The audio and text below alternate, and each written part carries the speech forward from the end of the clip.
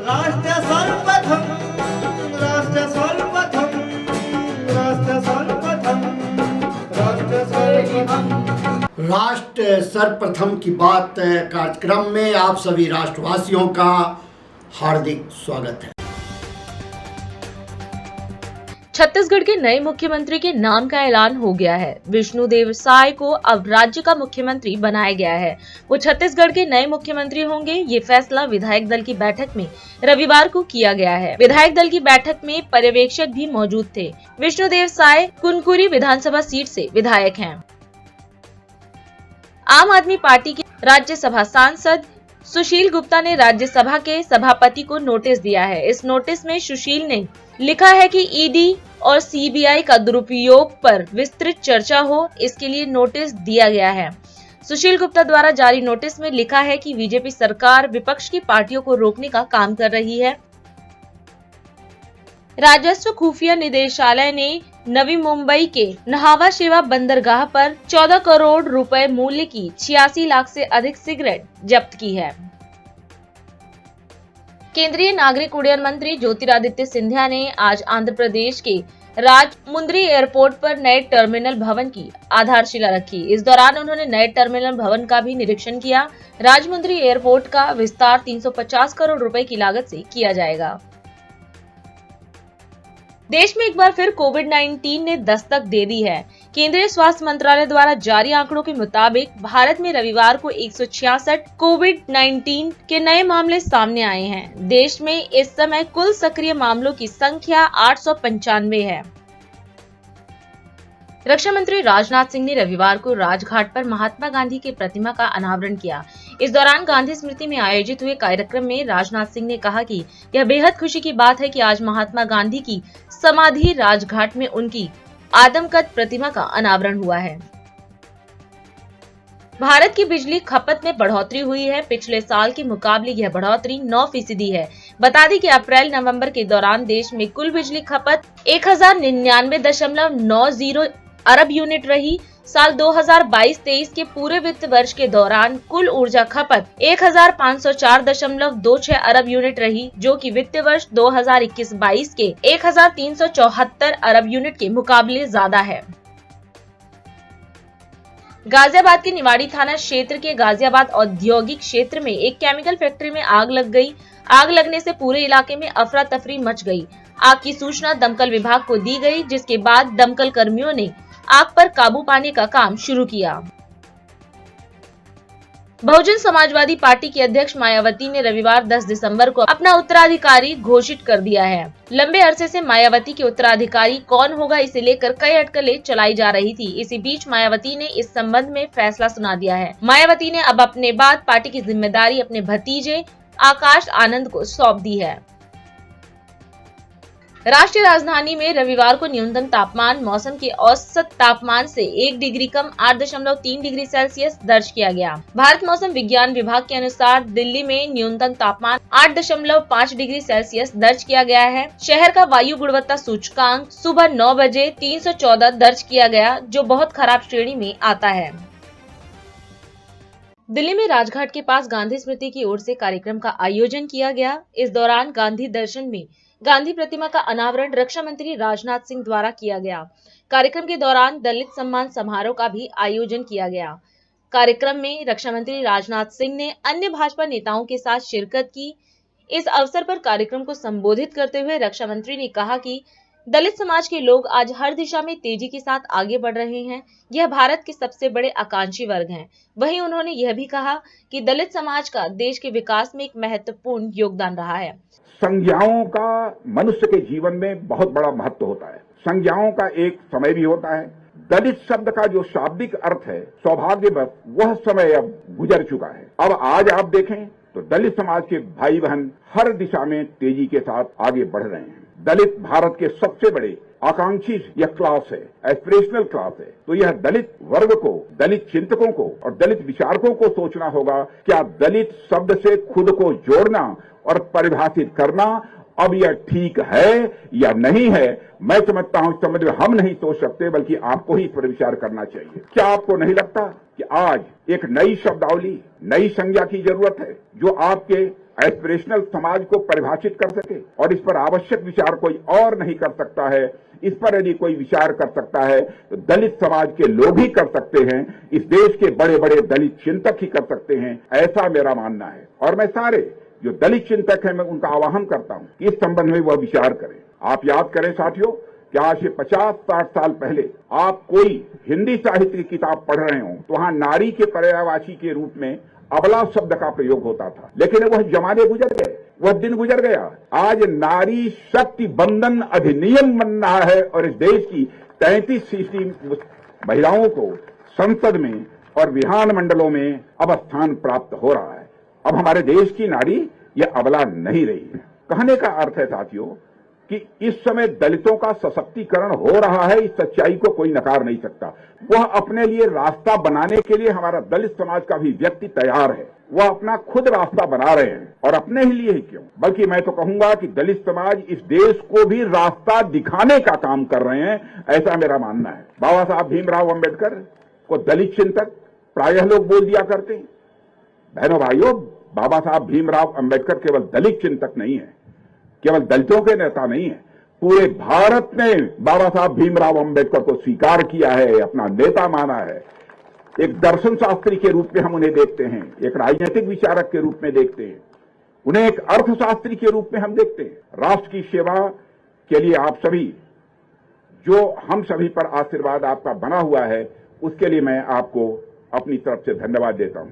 इन्हीं शब्दों के साथ आप सभी के प्रति आभार व्यक्त करते हुए और विजय गोयल जी और गांधी स्मृति और दर्शन के जितने भी कर्मी हैं, जितने भी अधिकारी हैं, सभी को अपनी तरफ से आज जो महात्मा गांधी की प्रतिमा का अनावरण हुआ है उसके लिए हार्दिक बधाई देते हुए और आप सबको भी बधाई देते हुए अपना निवेदन समाप्त करता हूं। साथियों, आज महात्मा गांधी जी की प्रतिमा का अनावरण माननीय रक्षा मंत्री जी ने किया है और गांधी जी के विचार, गांधी जी का जो पूरा चरित्र है वो देश में ही नहीं पूरे विश्व में उसकी मान्यता है। और अभी भाई विजय गोयल जी ने आपके सामने संक्षेप में बताया भी है। अभी हमने बाबा अंबेडकर साहब का परिनिर्वाण दिवस मनाया, उन सबको हमने अपनी तरफ से श्रद्धा सुमन भी अर्पित किए। लेकिन सही मायनों में आप बाबा साहब को जितना पढ़ते हैं उतना आप सीखते हैं। एक ऐसा व्यक्ति जिसका बचपन सुख सुविधाओं से वंचित रहा हो, जिसने समाज में उत्पीड़न को देखा भी और सहा भी, उसके बाद वह व्यक्ति पढ़ लिख कर देश में संविधान निर्माता के रूप में अपनी ख्याति प्राप्त करते हैं और देश के हर नागरिक को सामाजिक जीवन एक अधिकार के साथ जीने का अवसर पैदा करते हैं। ऐसे बाबा साहब अम्बेडकर को हम सब यहाँ नमन भी कर रहे हैं, उनको याद भी कर रहे हैं और साथ साथ जो उनके विचार है उनको आत्मसात करने का प्रयास भी हम सबको करना चाहिए। लेकिन बहुत गर्व के साथ कहता हूं कि मैं ऐसे समय में प्रदेश अध्यक्ष बना हूं जब आदरणीय प्रधानमंत्री श्री नरेंद्र मोदी जी का नेतृत्व, आदरणीय श्री राजनाथ सिंह जी का नेतृत्व हम सबके सामने है और पिछले 9 सालों में इस देश ने ऐसे ऐसे काम देखे हैं जो समाज में जाति, वर्ण या लिंग व्यवस्था को खत्म करने का काम करते हैं। हमारे माननीय प्रधानमंत्री जी ने दीनदयाल उपाध्याय ग्राम ज्योति योजना प्रारंभ की। उस योजना का मूल क्या था कि हर गांव तक जहां हमारे दलित भाई बहन रहते हैं या ऐसे समाज के लोग रहते हैं जो साधन विहीन है, वहां तक बिजली पहुंच जाए। और मुझे ये बताते हुए हर्ष होता है कि पिछले 9 वर्षों में 6 लाख से ज्यादा गांवों में बिजली पहुंचाने का काम इस सरकार ने किया है।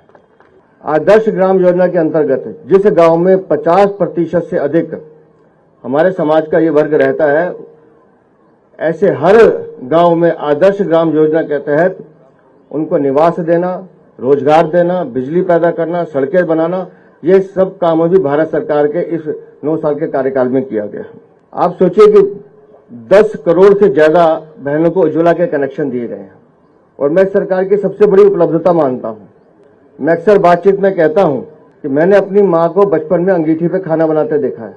जब अंगीठी पे खाना बनता था, कोयले लकड़ी लगाए जाते थे तो हवा देनी पड़ती थी, उसमें से धुआं निकलता था। हमने भी वो धुआं देखा है। तो कितनी माताओं बहनों को वो कष्ट सहने पड़ते थे। लेकिन माननीय प्रधानमंत्री जी के नेतृत्व में 10 करोड़ से ज्यादा बहनों को वो कनेक्शन पिछले 9 साल में दिया गया है और जिसमें 4 लाख बहनें अपने इन दलित परिवारों की हैं।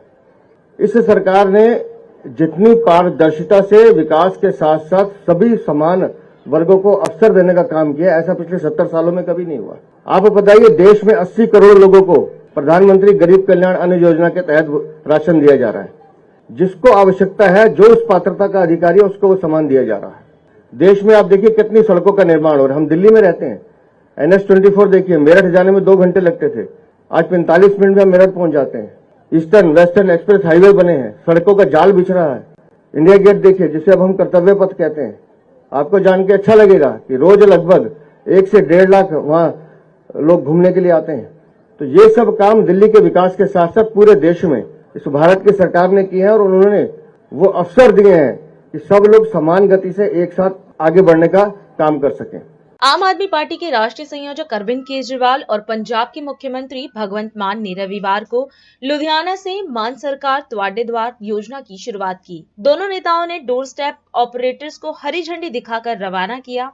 इस दौरान सीएम केजरीवाल ने कार्यक्रम को संबोधित करते हुए कहा कि इस योजना के तहत प्रदेश भर में करीब 4000 ऑपरेटर्स की भर्ती की गई है। इस योजना के तहत पंजाब की जनता को 43 प्रकार की सरकारी सेवाओं का लाभ घर बैठे मिलेगा। लोगों को सिर्फ 1076 नंबर पर कॉल करना होगा।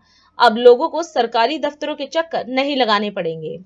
दोस्तों, आज बहुत बड़ा क्रांतिकारी दिन है। केवल पंजाब के लिए नहीं, पूरे देश के लिए क्रांतिकारी दिन है। हमारे देश के स्वतंत्रता सेनानियों ने, शहीद आजम भगत सिंह ने, उन लोगों ने कुर्बानी इसलिए नहीं दी थी कि एक दिन देश आजाद होगा और देश के आजाद होने के बाद लोग सरकारी दफ्तरों के चक्कर काटेंगे।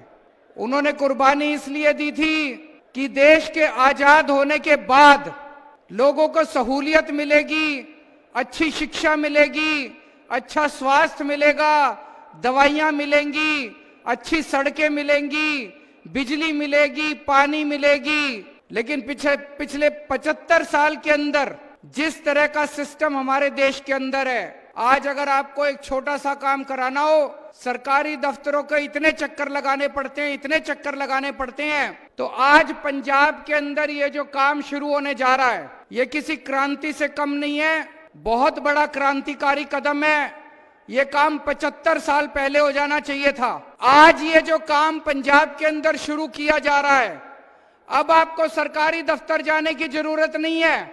अब सरकारी दफ्तर, अब मंत्री, अब मुख्यमंत्री, अब MLA, जितने काम आपके हैं वो सारे काम आपके घर बैठे हुए होंगे। ये कहने को आज 43 सेवाएं शुरू की जा रही हैं, लेकिन ये 43 सेवाएं नहीं है। मैं अभी बात कर रहा था, 99% से ज्यादा सरकारी सेवाएं अब आपको पंजाब के अंदर घर बैठे मिलनी चालू हो जाएंगी, और धीरे धीरे करके 100% सेवाएं, पंजाब सरकार की जितनी सेवाएं हैं, सारी सेवाएं आपको घर बैठे मिलेंगी।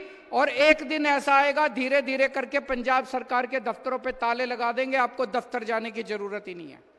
अगर आपको जाति प्रमाण पत्र बनवाना है, अगर आपको आमदनी प्रमाण पत्र बनवाना है, जन्म प्रमाण पत्र बनवाना है, मृत्यु प्रमाण पत्र बनवाना है, अभी आप दफ्तर जाते हो, अब आपको दफ्तर नहीं जाना। 10761076 नंबर, इस नंबर पे डायल करो। इस नंबर पे डायल करने से उधर से आवाज आएगी, आपको क्या काम करवाना है पंजाब सरकार से। आप बताओ जी, मेरे को आमदनी प्रमाण पत्र बनवाना है। वहां से आवाज आएगी कि आमदनी प्रमाण पत्र बनवाने के लिए आपको ये कागज चाहिए, आपके पास हैं? आप बोलोगे हाँ जी हैं। वो आपसे पूछेंगे आपके घर कितने बजे आए हम काम करने के लिए, आपका प्रमाण पत्र बनाने के लिए। आप उनको टाइम बताना, 5 बजे आओ, 6 बजे आओ। जो टाइम आप दोगे उतने बजे पंजाब सरकार का कोई कर्मचारी आपके घर आएगा, आपके जितने कागज हैं उनकी फोटोकॉपी मशीन साथ लेके आएगा, फोटोकॉपी करके ले जाएगा, और 10 दिन में 15 दिन में आपका प्रमाण पत्र लेके आपके घर आपको देने के लिए आएगा। दोस्तों, यह किसी क्रांति से कम नहीं है। दिल्ली में यह शुरू हुआ था 2018 में, सितंबर 2018 में दिल्ली में यह काम शुरू हुआ था। आज 5 साल हो गए, 5 साल में लाखों लोगों ने अपने काम करवाए हैं, फोन कर करके। दिल्ली सरकार के कई दफ्तरों के ऊपर हमने ताला लगा दिया। अब दिल्ली सरकार के अंदर लोगों को दफ्तर जाने की जरूरत नहीं है। वही काम आज पंजाब के अंदर शुरू हो रहा है। मैं ये सोच रहा था कि अगर दिल्ली सरकार कर सकती है, पंजाब सरकार कर सकती है, 75 साल के अंदर इन दूसरी पार्टियों की सरकारों ने क्यों नहीं किया। और सोचने की बात है, अगर दिल्ली सरकार ने 5 साल पहले किया तो मध्य प्रदेश सरकार ने क्यों नहीं किया, राजस्थान सरकार ने क्यों नहीं किया, महाराष्ट्र सरकार ने क्यों नहीं किया, अभी तक क्यों नहीं किया। तो दोस्तों, केवल और केवल आम आदमी पार्टी आज ये काम कर सकती है जो आज पंजाब के अंदर शुरू किया गया है। जो 5 साल पहले दिल्ली के अंदर शुरू किया गया था, केवल आम आदमी पार्टी कर सकती है और कोई पार्टी नहीं करेगी। आप इसी तरह से अपना विश्वास बनाए रखिए। चुनाव के पहले मैं और भगवंत मान आपको कह के गए थे कि 5 साल में इतने काम कर देंगे, अगली बार चुनाव के पहले हमें प्रचार करने आने की जरूरत नहीं है। आपसे केवल यही कहेंगे, अगर काम पसंद आया हो 5 साल का तो वोट देना, काम पसंद नहीं आया हो तो वोट मत देना। कोई भी चीज इंपॉसिबल नहीं पंजाबियों वास्ते। दुनिया भर च पंजाबी गए ने, कामयाब होए ने। पंजाब दे विच भी कामयाबियां दे दौर शुरू हो गए। नौकरियां मिल लगियां, 40,000 दे करीब सरकारी नौकरियां हो गईयां। जिथे खड़े आ, जिथे बैठे आ नाल टाटा स्टील है। इंडिया दा सैकंड बिगेस्ट टाटा स्टील दा प्लांट जमशेदपुर तो बाद इत्थे लग रहा है। आ साइकिल वैली आ सारी, आ देखो तुसी इत्थे जदों ये बन गया, इत्थे 2,98,000 लगभग जिन्ना पंजाब च हुण निवेश आया है, 2,98,000 के करीब मुंडे कुड़ियां नूं इत्थे ही नौकरी मिलूगी। उन्हां दी डिग्री मुताबिक नौकरी मिलूगी। पिंडां वालियां नूं नौकरी मिलूगी। टिफन लेके आया करोगे, फैक्ट्री च काम करके अपने घरें शाम को जाया करोगे। क्यों धक्के खाइए असीं कनेडा अमरीका जाके, इत्थे ही अपनी धरती ते रहिए। इसे घर नूं ठीक करांगे। तुसीं विश्वास रखो, ईमानदारी नाल काम होऊगा। इस गल दा डांका बजा के कहने आ, अज सरकार तुहाडे घरें आ रही है।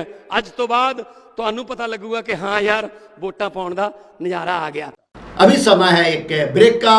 हम चलते हैं ब्रेक पर। आप कहीं जाए नहीं, छोटा सा break. Powered by Kamal Buildtech Private Limited, fulfilling promises. With our professional team and experience of delivering projects, in past we guarantee you peace of mind and top quality work in an affordable price.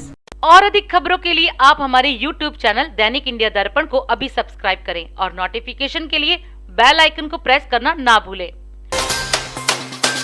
राष्ट्र सर्वप्रथम की बात कार्यक्रम में break के बाद एक बार फिर आप सभी राष्ट्रवासियों का स्वागत। यूपी में पूर्व ब्लॉक प्रमुख बांसगांव बाबू चतुर्भुज सिंह जी की प्रतिमा का अनावरण कार्यक्रम का आयोजन किया गया।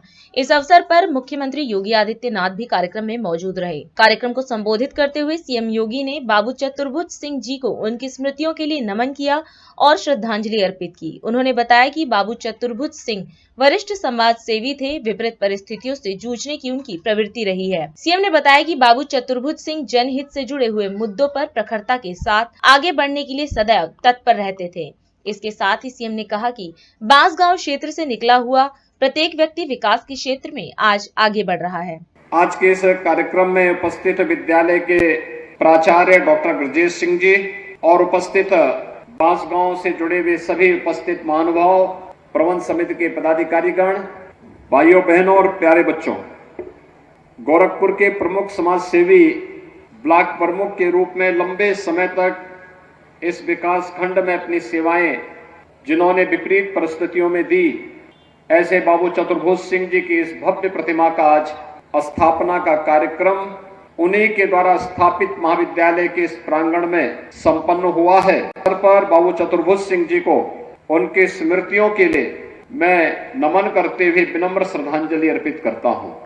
आप सब जानते हैं वे एक वरिष्ठ समाज सेवी थे। सुख दुख में हर एक व्यक्ति के साथ खड़े होते थे। विपरीत परिस्थितियों से जूझने की एक प्रवृत्ति थी और सम और विषम परिस्थितियों में कार्य करके जनहित से जुड़े हुए मुद्दों पर प्रखरता के साथ आगे बढ़ने के लिए तत्पर रहते थे। बांसगांव का व्यक्ति, यहाँ का युवा, जब भी उसे उचित मार्गदर्शन मिला, उसने अपनी प्रतिभा का लोहा जीवन के प्रत्येक क्षेत्र में मनाने में कोई कोर कसर नहीं छोड़ी।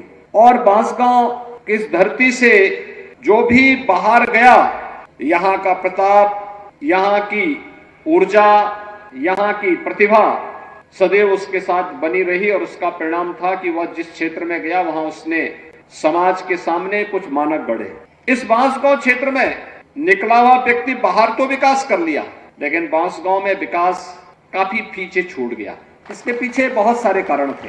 एक, विपरीत जो परिस्थितियां थी, हर वर्ष बाढ़ आ जाना, बाढ़ से घिरा रहना, सरकारों की उपेक्षाएं भी थी, और साथ साथ यहां पर स्वयं की प्रतिस्पर्धा इतनी प्रबल हो गई थी कि वह विकास की ओर नहीं मुड़ पा रही थी। लेकिन उन विपरीत परिस्थितियों में भी कुछ लोग थे जो यहां के विकास के बारे में सोच रहे थे, और खासतौर पर विकास शिक्षा से होगा। और इस बात को बाबू चतुर्भुज सिंह जैसे कुछ लोगों ने देखा, सुना, और यहीं पे फिर उन्होंने एक डिग्री कॉलेज की स्थापना, एक महाविद्यालय के उच्च शिक्षा के केंद्र के रूप में जवाहरलाल नेहरू महाविद्यालय के रूप में स्थापित करने का निर्णय लिया। यानी जन सहभागिता के माध्यम से शिक्षा के बड़े से बड़े केंद्र स्थापित किए जा सकते हैं, और शिक्षा के केंद्र जहां हजारों छात्रों के जीवन को मार्गदर्शन देने का काम कर रहे हैं, वहीं साथ ही साथ शिक्षा के इन केंद्रों के माध्यम से ढेर सारे लोगों को रोजगार और आगे बढ़ने की एक नई संभावना भी विकसित होती है। जिस कालखंड में सरकार का प्रोत्साहन कम था, उस समय बांसगांव क्षेत्र में डिग्री कॉलेज की स्थापना एक सपना था। भिटोली में कॉलेज था, कौड़ीराम में था, गोरखपुर में था, लेकिन बांसगांव में नहीं था। और बांसगांव में उस समय जस्टिस केडी शाही जी के मार्गदर्शन में, उनके नेतृत्व में, यहां पर बाबू चतुर्भुज सिंह जी ने इस कॉलेज की स्थापना के दायित्व को अपने कंधों में लिया, और देखते ही देखते यहाँ पे एक महाविद्यालय बना, और आज एक पीजी कॉलेज के रूप में इस क्षेत्र में उच्च शिक्षा के केंद्र के रूप में स्थापित होकर के कार्य कर रहा है। आज यहाँ पे विकास की नई नई योजनाएं आ रही हैं, विकास के नए कार्य हो रहे हैं। विकास की इस दौड़ में कोई पिछड़ने न पाए, इसके लिए लोगों ने स्वस्थ प्रतिस्पर्धा को आगे बढ़ाने के लिए अपना योगदान दिया है। ये परिणाम हम सबके सामने है, और इसीलिए जब हम यहाँ बाबू चतुर्भुज सिंह जी के इस मूर्ति स्थापना के कार्यक्रम के साथ यहाँ पे सभी सम्मिलित हुए हैं, हम लोगों को याद रखना होगा कि विकास ही लोगों के जीवन में परिवर्तन लाएगा। चाहे वह सड़क का विकास हो, चिकित्सालय की स्थापना का कार्य हो, चाहे वह हर घर नल की योजना हो। जब भी कोई विकास आता है, तात्कालिक परेशानी हो सकती है, लेकिन एक लंबे समय तक उसका लाभ समाज को प्राप्त होता है। मैं इस अवसर पर बाबू चतुर्भुज सिंह जी को विनम्र श्रद्धांजलि अर्पित करता हूं, और मुझे विश्वास है कि इस महाविद्यालय से जुड़े हुए सभी छात्र छात्राएं, सभी यहाँ के शिक्षक बाबू चतुर्भुज सिंह जी के द्वारा और महाविद्यालय के संस्थापकों के द्वारा जो भी सपना देखा गया था, उस सपने को साकार करने के लिए अहर्निश प्रयास करेंगे। आज के इस अवसर पर एक बार फिर से आप सबके प्रति मैं अपनी शुभकामनाएं देता हूं, और मुझे विश्वास है हम सब मिलकर के नए भारत के, नए उत्तर प्रदेश के निर्माण के साथ नए गोरखपुर और बांसगांव के सर्वांगीण विकास को हम तेजी के साथ आगे बढ़ाने में सहायक होंगे। आप सबके प्रति मेरी शुभकामनाएं। धन्यवाद। जय हिंद। आज खंडवा में आयोजित आभार कार्यक्रम में मध्य प्रदेश के मुख्यमंत्री शिवराज सिंह चौहान भी शामिल हुए और कार्यक्रम को संबोधित किया। इस दौरान सीएम शिवराज ने जनता से कहा कि आप सभी ने विधानसभा में हमें अद्भुत प्यार दिया है, इसके लिए मैं आप सभी का आभारी हूं। वहीं उन्होंने जनता से निवेदन किया कि हमें लोकसभा में भी अपना आशीर्वाद दें और भारतीय जनता पार्टी को भारी मतों से विजयी दिलाएं। आज धन्यवाद देने आया हूं, और भोपाल उत्तर में भी कम वोट नहीं दिए। जो लाल प्यार और आशीर्वाद मध्य प्रदेश की जनता ने दिया है, भाइयों बहनों ने दिया है, और भांजे भांजियों ने दिया है, वो अद्भुत और अभूतपूर्व है। इतने वोट कभी मध्य प्रदेश में नहीं मिले। भारतीय जनता पार्टी को झोली भर दी एकदम। लोग हैरत में थे कि निकल कहां से रहे इतने वोट। मैं आपका हृदय से आभारी हूँ। कांग्रेस ने चुनाव में कई तरह के दाव पैच खेले। अब आप रो रहे हैं कि वो मशीन गड़बड़ थी, ईवीएम में हार गए। ईवीएम में हार गए तो उत्तर भोपाल में कैसे जीत गए भैया? कोई राहत और सुविधा नहीं दी, तो जनता ने कहा अब हम भरोसा कांग्रेस पे नहीं करेंगे, मध्य प्रदेश पे तो भरोसा मोदी और मामा पे करेंगे, अपने भैया पे करेंगे। मैं आज हृदय से आपको धन्यवाद दे रहा हूँ, और मैं आज आपसे कहने आया हूँ कि जो हमने कहा है एक एक वचन पूरा करेंगे, एक एक वादा निभाएंगे। और जो छूट गई है वो बहनों चिंता मत करना, उनके नाम जोड़ने का भी अभियान चलाया जाएगा। जिनकी शादी नहीं हुई, 21 साल से ज्यादा उम्र की बेटियां, उनके नाम भी जोड़े जाएंगे। मेरे लिए तो देवी है, तुम्हारी तो मैं पूजा करता हूँ, क्योंकि मैं मानता हूँ कि अगर देवी माँ कही है तो अपनी बहनों में तो है, अपनी बेटियों में। मेरी बहनों, आपने भी सवेरा हुआ नहीं कैसी लाइन लगी, कौन की बोले लाडली बहनों की लाइन लगी है। भांजे भांजियों का ये पवित्र रिश्ता। मेरे बेटे बेटियों, तुम बिल्डिंग से भी हाथ हिला रहे हो, चिंता मत करना, पढ़ाई की पूरी व्यवस्था करूंगा रे। लाडली लक्ष्मी, लाडली बहना, और अभियान चलेगा अब लखपति बहना। लखपति बहना का मतलब है हर महीने मेरी बहन की आमदनी कम से कम 10,000 रुपया होनी चाहिए, साल में 1 लाख रुपया से ज्यादा। स्व सहायता समूहों के माध्यम से कई काम धंधे चालू कराए जाएंगे। बहनें अपने पैरों पे खड़ी होंगी, रोएंगी नहीं, आंसू नहीं बहाएंगी, मजबूर नहीं रहेंगी। अपने पैरों पे खड़ा करने के लिए स्व सहायता समूहों के माध्यम से अलग अलग काम धंधे खड़े करके आपको लखपति बनाना है, चाहे कुछ हो जाए। ये होगा होगा और होगा। और इसलिए एक एक चीज जो कही है वो पूरी करेंगे। बच्चों की पढ़ाई लिखाई, लैपटॉप, स्कूटी, ये तो मिलेगी, लेकिन मेडिकल और इंजीनियरिंग की भी पूरी पढ़ाई का फीस मामा भरवाएगा, भारतीय जनता पार्टी की सरकार भरवाएगी। जिनके पास रहने की जगह नहीं, जहाँ कब्जे व पट्टे और बाद में मकान बनाने की व्यवस्था, उस दिशा में भी हम बढ़ेंगे। आपसे और निवेदन करने आया हूँ कि भोपाल उत्तर विधानसभा में हम चुनाव हार गए आलोक, लेकिन हमारे असली एमएलए के रूप में आपकी सेवा लगातार करते रहेंगे। अभी विकसित भारत संकल्प यात्रा शुरू हुई है, उसके अंतर्गत भी रथ यहाँ गाड़ियां आएंगी, हर वार्ड में जाएंगी, और जो जो हितग्राही छूट गए हैं अभी, उन सबके नाम जोड़े जाएंगे। और मेरे बहनों और भाइयों, एक निवेदन आपसे करता हूँ, विधानसभा में पीछे रह गए, लेकिन उत्तर भोपाल से लोकसभा मत हारने देना। दुनिया के सर्वाधिक लोकप्रिय नेता, वो भारत को भगवान का वरदान है, उनके नेतृत्व में देश लगातार आगे बढ़ रहा है। बाकी सेवा का जिम्मा हमारा, लेकिन मोदी जी ने आपकी जिंदगी बदलने की गारंटी ली है। आप मोदी जी को प्रधानमंत्री बनने की गारंटी लें। जनता का आभार व्यक्त करने आए, आलोक जी को बहुत प्यार और आशीर्वाद दिया, लेकिन उत्तर विधानसभा के चुनाव में हम जीत नहीं पाए, लेकिन भाई बहनों ने बहुत साथ दिया, भरपूर वोट हमें मिले।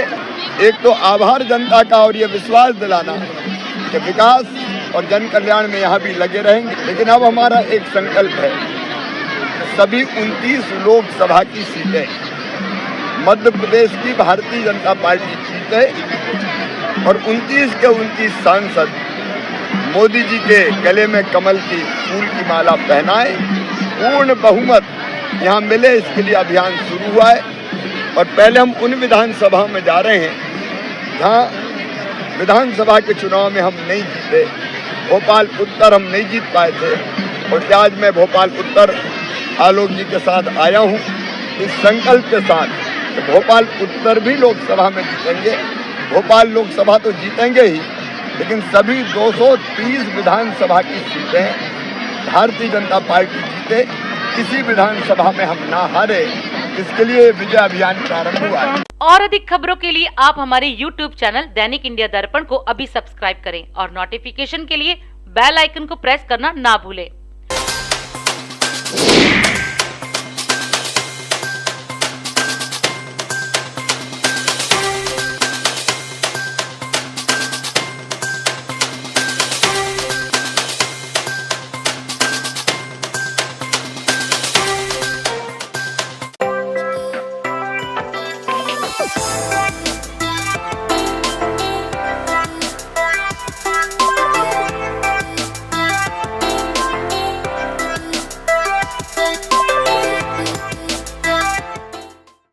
आज हम इस कार्यक्रम में आपसे विदा लेते हैं। आप अन्य खबरों के लिए बने रहे। राष्ट्र सर्वप्रथम, वंदे मातरम, जाग उठा है भारत। राष्ट्र सर्वप्रथम, राष्ट्र सर्वप्रथम, राष्ट्र सर्वप्रथम, राष्ट्र सर्वप्रथम।